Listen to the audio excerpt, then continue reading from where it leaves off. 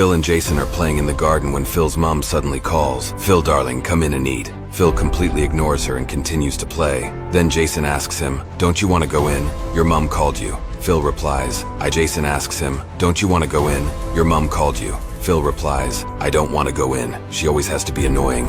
So they both carry on playing. After a few minutes, Jason asks again, "Don't you want to eat? Your mom's waiting." Phil shakes his head and says, "Man, my mom's annoying. Let's just keep playing." His head and says, "Man, my mom's annoying. Let's just keep playing." Then Jason says, "Can I eat with you? I'm hungry too." Phil rolls his eyes and says, "Okay, then let's go inside to my mom then." As they sit at the table, Jason says, "Thanks, Mrs. Tompkins, for letting me eat with you. Everything looks great." Out of nowhere, Phil suddenly shouts, "The food doesn't taste good and it's cold. You can't cook." Later that evening, as Jason is saying goodbye to Phil, he